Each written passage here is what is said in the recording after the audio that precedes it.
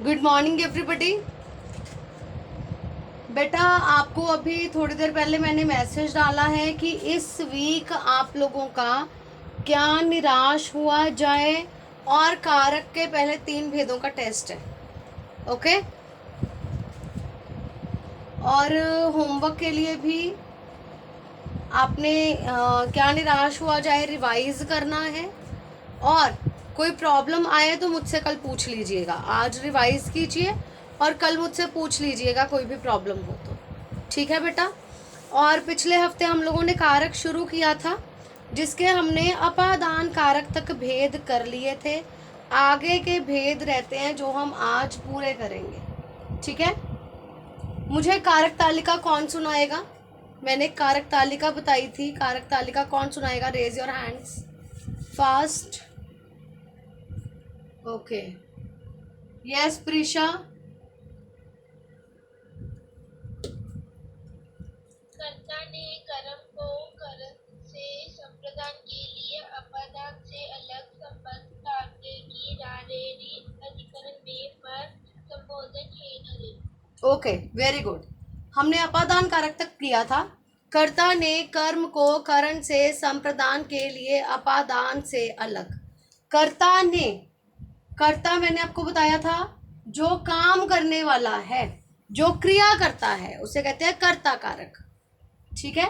जैसे मैं बोल रही हूं, मैं कर्ता।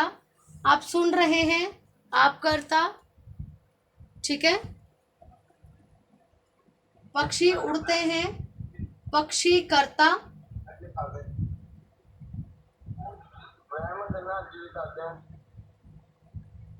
ओके। कर्ता ने कर्म को, कर्म जिस पर काम किया जाता है, जिस पर क्रिया की जाती है। जैसे बच्चा फल खा रहा था तो खाने का काम किस पर हो रहा है? फल पर। फल कर्म कारक। उसके बाद हमने किया था करण कारक जिसके द्वारा काम किया जाए।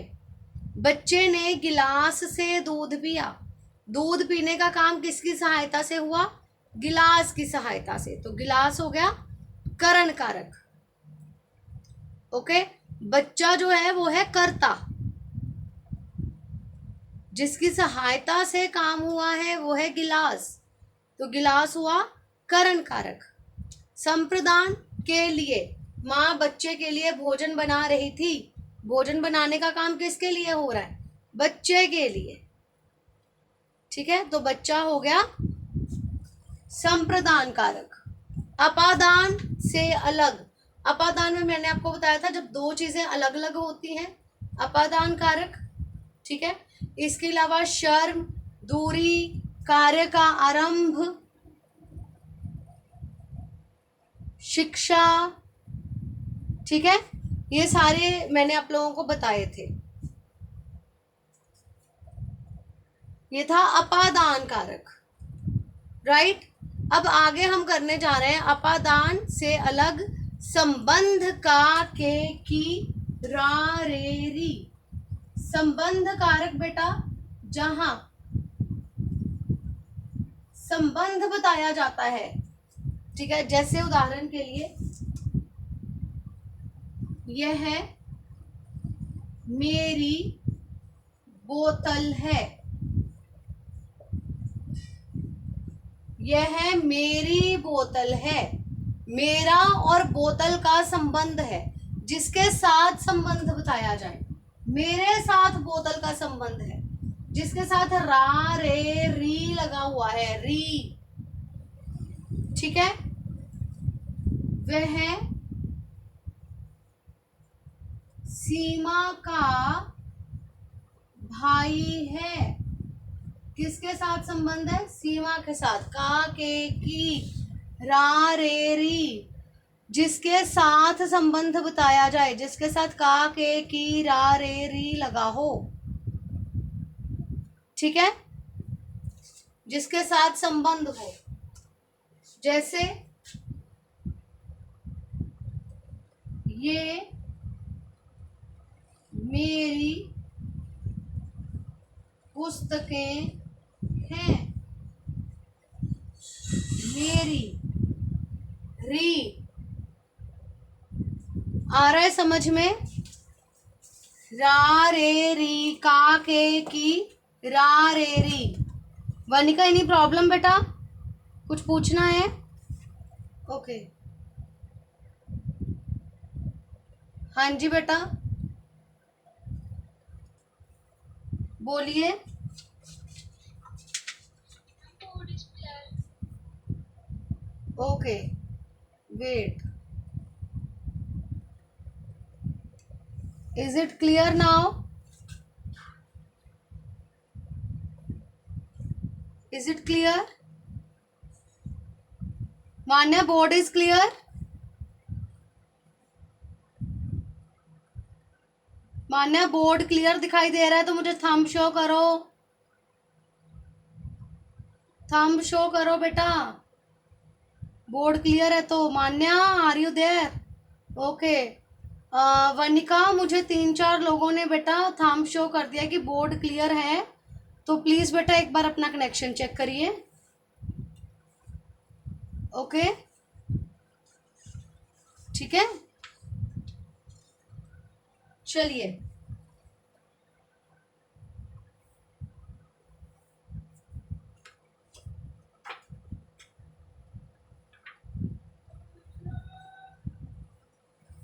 इसके बाद और एग्जांपल ले रहे हैं।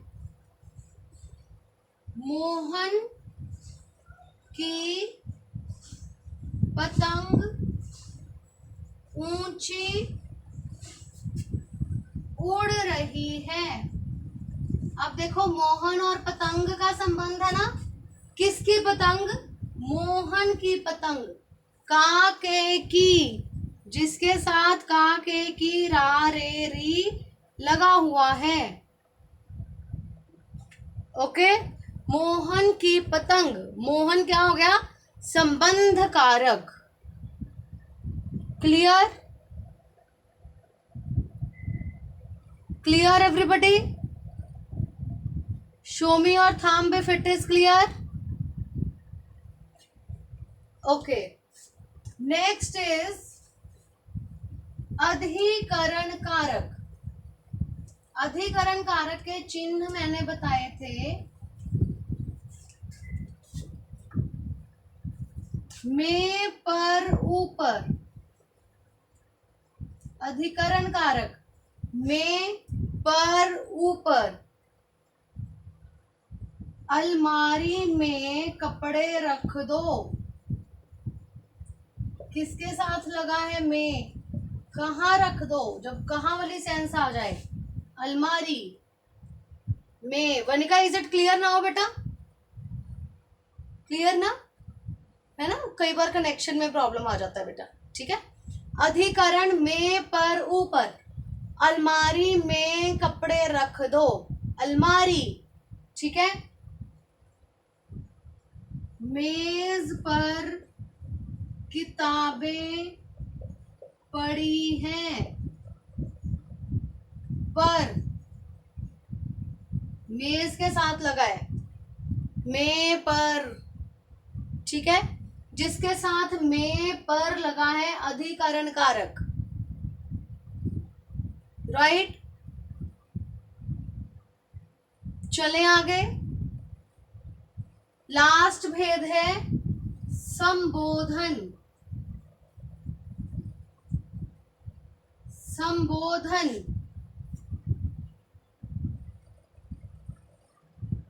संबोधन मैंने बताया था हे अरे, उसके चिन्ह बताए थे हे अरे। संबोधन का मतलब होता है किसी को बुलाना, किसी को पुकारना, ठीक है। जैसे कहा जाए, बच्चों इधर आओ, तो किसको पुकारा जा रहा है? बच्चों को। बच्चों, संबोधन कारक। जिसको संबोधित किया जा रहा है, हे भगवान हमारी रक्षा करें। हे भगवान हमारी रक्षा करें। हे भगवान, संबोधन कारक। अरे, अरे बच्चों, शोर मत मचाओ।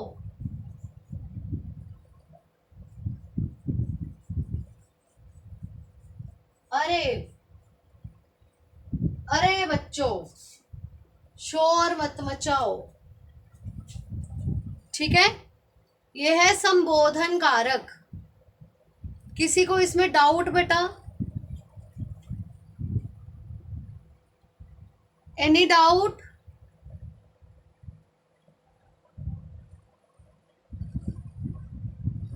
यस एंजल, एनी डाउट बेटा? मैम जैसे आपने एग्जांपल दिया बच्चे की तरह, तो इसमें बच्चे भी है संबोधन हाँ जी, कारक हो सकते हैं। हाँ जी, हाँ जी, हाँ जी। Yes Anshika?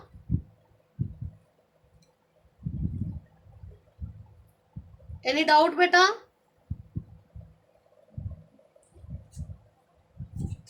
No? Vedanti, any doubt? You have raised your hand बेटा, एनी डाउट?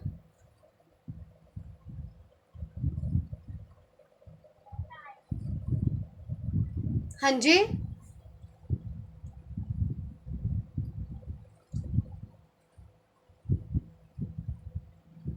Okay fine.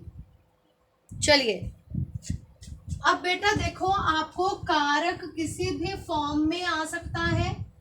जैसे कारक शब्द को अंडरलाइन किया हुआ है और आपने उसका भेद बताना है। ठीक है, हमने सारे कारक पढ़ लिए हैं। कारक, एक आपको वाक्य दिया है, उसमें कारक अंडरलाइन किया हुआ है, आपने उसका भेद बताना है। ठीक है, या आपको ये भी आ सकता है कि एक ब्लैंक छोड़ा हुआ है और आपने उसमें कारक चिन्ह भरना है। किसी भी फॉर्म में आ सकता है। ठीक है, जैसे फॉर एग्जाम्पल, माँ बच्चे डैश खाना लाई। आपने यहां पर उचित कारक चिन्ह भरना है। ठीक है, माँ बच्चे के लिए खाना लाई। ओके, माली डैश पौधे लगाए। माली ने पौधे लगाए। वह हाथ डैश लिख रहा था। वह हाथ से लिख रहा था। ये हो गया जब आपने कारक चिन्ह भरने हैं। ठीक है, और सपोज आपको कारक अंडरलाइन करके दिया हुआ है,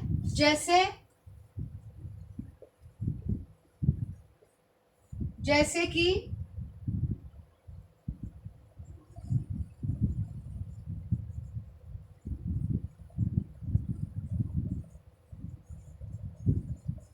दादी स्वेटर बुन रही थी। दादी अंडरलाइन किया हुआ है ऑलरेडी। ठीक है, आपने कारक का भेद बताना है। कौन सा भेद है? कर्ता कारक। ओके, चिड़िया दाना चुग रही थी। चिड़िया दाना चुग रही थी। दाना शब्द को अंडरलाइन किया हुआ है। कौन सा भेद है? कर्म कारक। ठीक है, दोनों में से किसी भी तरीके से बेटा आपसे क्वेश्चन पूछा जा सकता है। ओके, किसी को कोई डाउट हो तो पूछ लो बेटा। Any doubt? नो? चले आगे।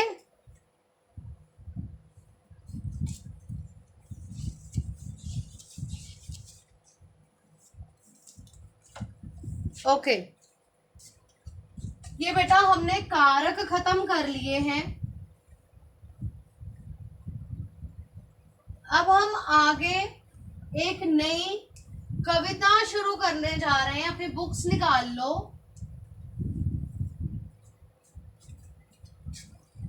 न्यू पोएम स्टार्ट करने जा रहे हैं बेटा हम। कविता का नाम है यह सबसे कठिन समय नहीं।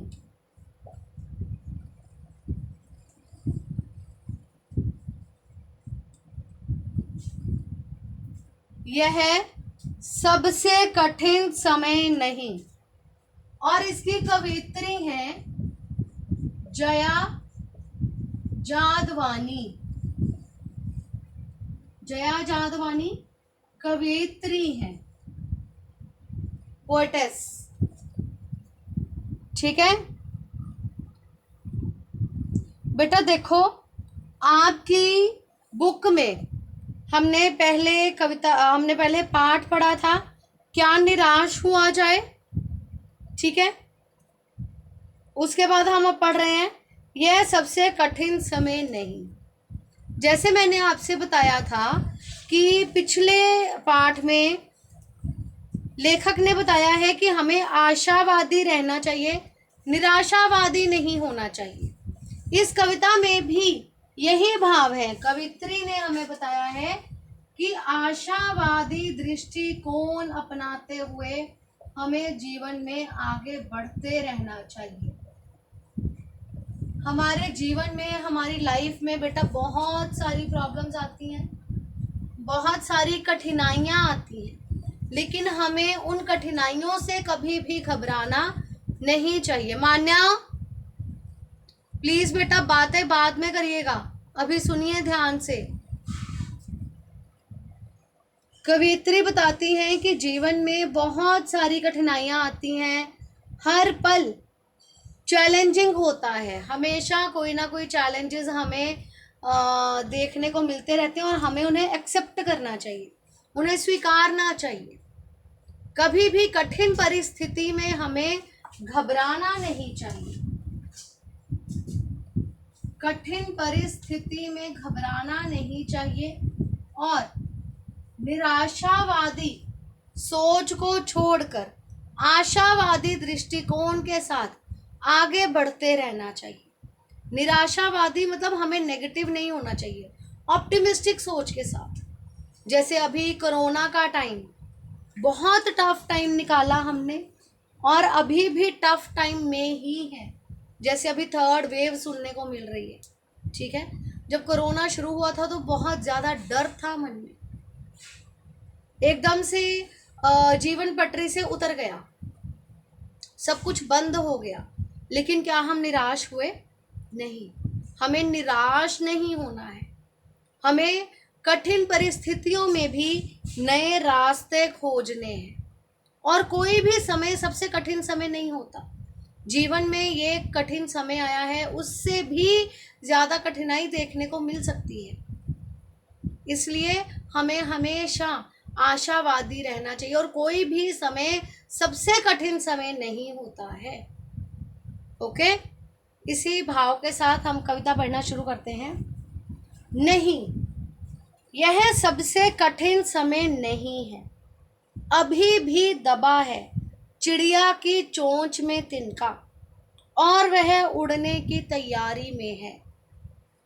अभी भी झरती हुई पत्ती थामने को बैठा है हाथ एक। अभी भी भीड़ है स्टेशन पर, अभी भी एक रेलगाड़ी जाती है गंतव्य तक, जहां कोई कर रहा होगा प्रतीक्षा। अभी भी कहता है कोई किसी को, जल्दी आ जाओ कि अब सूरज डूबने का वक्त हो गया। अभी कहा जाता है उस कथा का आखिरी हिस्सा, जो बूढ़ी नानी सुना रही सदियों से। दुनिया के तमाम बच्चों को अभी आती है एक बस, अंतरिक्ष के पार की दुनिया से लाएगी बचे हुए लोगों की खबर। नहीं, यह सबसे कठिन समय नहीं है। ओके, इस कविता में लेखिका कवित्री यही बता रही है कि अभी भी ये सबसे कठिन समय नहीं है। एक चिड़िया जिसके पास घोंसला नहीं है रहने के लिए। अभी भी दबा है चिड़िया की चोंच में तिनका। एक चिड़िया की चोंच में अभी भी एक तिनका दबा हुआ है और वे अपना घोंसला बनाने के लिए उस तिनके को लेकर जा रही है। उसके पास घोंसला नहीं है, लेकिन वो निराश नहीं है, बल्कि तिनका तिनका जोड़कर अपना घर बनाएगी, क्योंकि वह आशावादी है कि एक न एक दिन मैं घर बना ही लूंगी। ठीक है। और वह उड़ने की तैयारी में है, तिनका दबाकर उड़ने की तैयारी में है, आशावादी सोच को लिए हुए कि मैं अपना घोंसला बना लूंगी। अभी भी झड़ती हुई पत्ती थामने को बैठा है एक हाथ। पेड़ों से गिरती हुई पत्तियां जैसे होती हैं, अभी भी उनको थामने के लिए कोई हाथ बैठा है। इसका मतलब ये नहीं है कि एक पेड़ के नीचे एक व्यक्ति बैठा है कि पत्तियां गिरेंगी और मैं पकड़ता रहूंगा बैठा, ऐसा नहीं है। इसमें एक भाव छुपा हुआ है। भाव ये है कि अगर कोई व्यक्ति अपने रास्ते से भटक जाए, अगर कोई व्यक्ति जीवन में कहीं असफल हो जाए, तो उसको थामने के लिए कोई दूसरा व्यक्ति अभी भी बैठा है। कभी भी ऐसा नहीं होता कि हम जीवन में बिल्कुल अकेले हो जाते हैं, हमारे साथ कोई ना कोई हमेशा रहता है। ठीक है। अगर हम असफल हो जाते हैं तो घबराना नहीं है, क्योंकि हमें सहारा देने के लिए अभी भी कोई है। अभी भी झड़ती हुई पत्ती थामने को बैठा है एक हाथ। झड़ते हुए पत्ते को थामने के लिए कोई बैठा है। अगर कोई अपने जीवन में असफल हो जाता है तो उसे सहारा देने के लिए अभी भी कोई है। अभी भी भीड़ है स्टेशन पर, अभी भी एक रेलगाड़ी जाती है गंतव्य तक। गंतव्य मतलब मंजिल।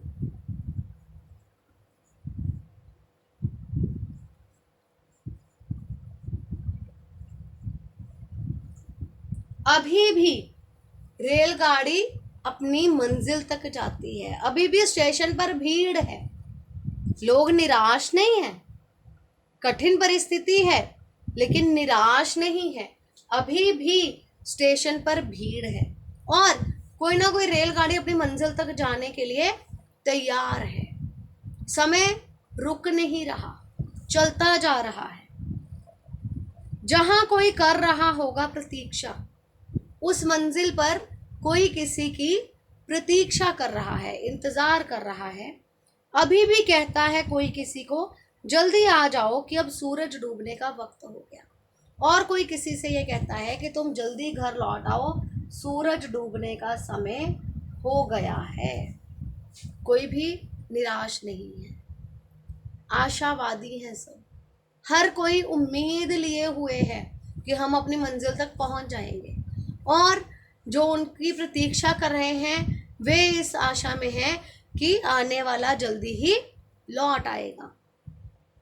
अभी भी कहा जाता है उस कथा का आखिरी हिस्सा, जो बूढ़ी नानी सुना रही सदियों से।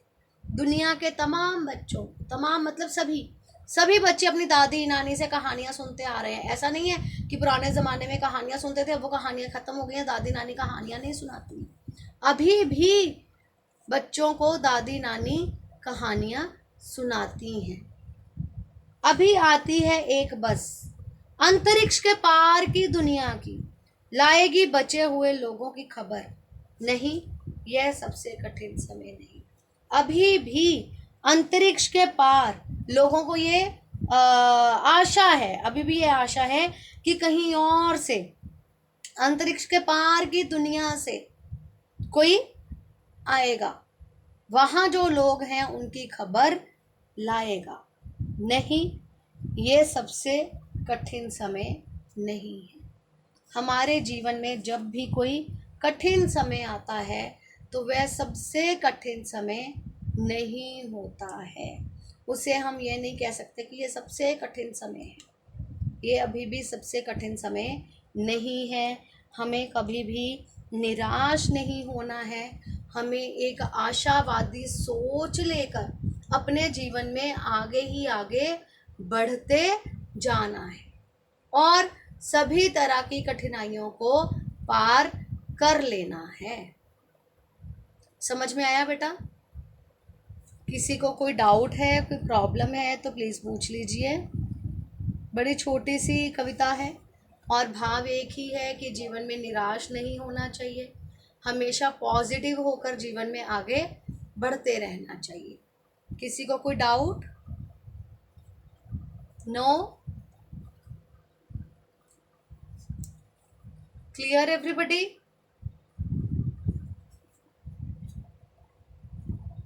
हाँ जी मनीषा, पूछिए बेटा। Good morning. कारक का अभ्यास लिखोगे एक्सरसाइज। ओके, मैं भेज दूंगी। बोलो, अभी करवा दूं?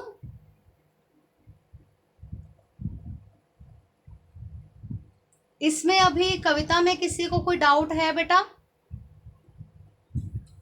कविता में किसी को कोई डाउट? नो? ओके, कल हम इसका अभ्यास करेंगे बेटा। इसके क्वेश्चन आंसर्स हम कल डिस्कस करेंगे, ठीक है?